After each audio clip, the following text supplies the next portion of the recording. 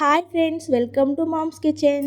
ఇప్పుడు ఎంతో రుచికరమైన కీమా దమ్ బిర్యానీ ఎలా చేయాలో చూద్దాం. దీనికోసం 2 ఉల్లిపాయల్ని సన్నగా కట్ చేసి పెట్టుకొని ఇలా ఆయిల్లో ఫ్రై చేసి తీసి పక్కన పెట్టుకోవాలి. అదే ప్యాన్లో కొద్దిగా ఉల్లిపాయలు ఉంచుకొని హోల్ గరం మసాలా, కొద్దిగా పుదీనా, 1 స్పూన్ అల్లం, పసుపు వేసుకొని ఫ్రై చేసుకోవాలి. ఇప్పుడు ఇందులోకి కొద్దిగా ధనియాల పొడిని వేసుకొని కలుపుకోవాలి.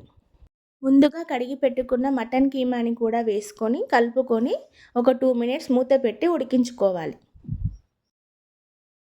మటన్లో నుంచి వాటర్ బయటికి వచ్చిన తర్వాత 2 టేబుల్ స్పూన్ల కారం, రుచికి సరిపడిన ఉప్పు కూడా వేసుకొని కలుపుకొని ఇంకొక 5 మినిట్స్ మూత పెట్టి ఉడికించుకోవాలి.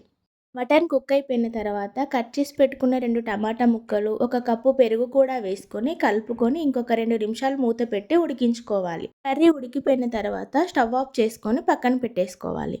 ఇప్పుడు బిర్యానీ రైస్ కోసం ఒక గిన్నె పెట్టుకొని అందులో వాటర్ యాడ్ చేసుకొని నిమ్మకాయ, హోల్ గరం మసాలా, సాజీరా, ఉప్పు, నెయ్యి, పుదీనా, కొత్తిమీర వేసుకొని ఒక బాయిల్ వచ్చేంత వరకు మరిగించుకోవాలి.